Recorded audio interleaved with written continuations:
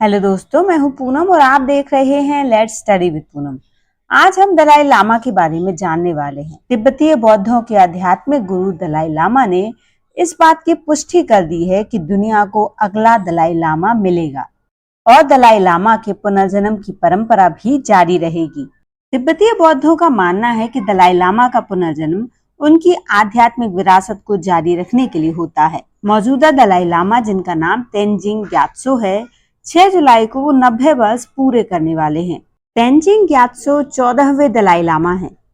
लंबे समय से उम्मीद की जा रही है कि अपने जन्मदिन के मौके पर दलाई लामा बताएंगे कि उनका उत्तराधिकारी कौन होगा और उसे कैसे चुना या खोजा जाएगा।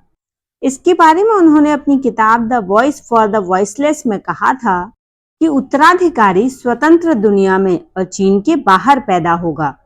दरअसल दलाई लामा चुनना तिब्बतीय बौद्ध धर्म की एक अनोखी और पवित्र प्रक्रिया है, जो पुनर्जन्म, आध्यात्मिक संकेतों और कठिन परीक्षणों पर आधारित है।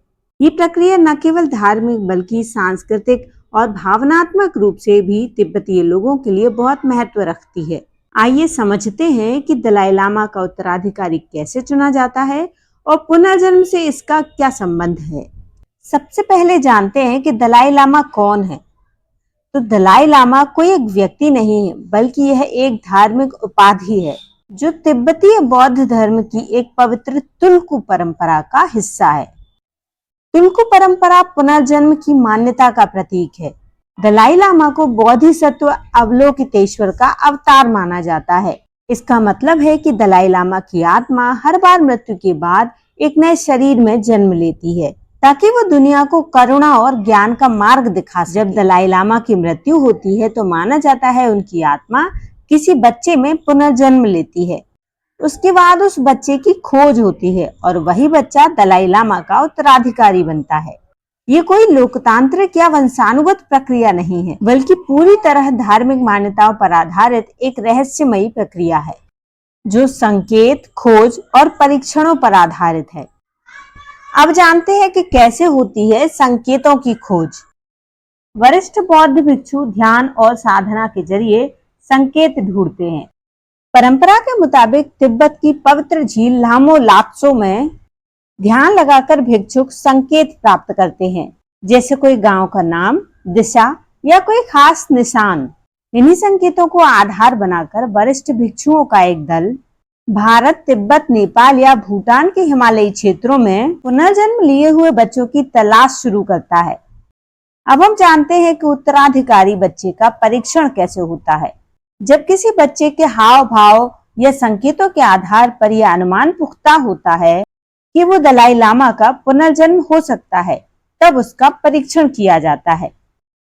परीक्षण के दौरान बच्चे को पिछले दलाई लामा की वस्तुएं जैसे कपड़े, माला या छड़ी दिखाई जाती है और इस प्रक्रिया में बच्चे को सही चीज चुनना होती है। इसके साथ ही बच्चे का आध्यात्मिक व्यवहार, बुद्धिमत्ता और स्वभाव भी परखा जाता है। अगर बच्चा सभी परीक्षणों में सफल होता है, तभी उसे दलाई लामा घोषित किया जाता है।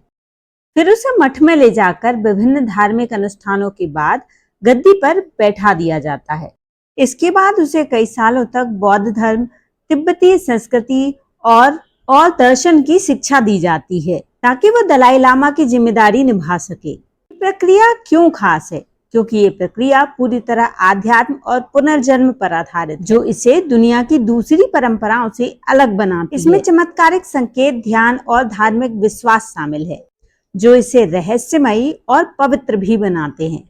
चीन ये दावा करता है कि उसे दलाई लामा के उत्तराधिकारी के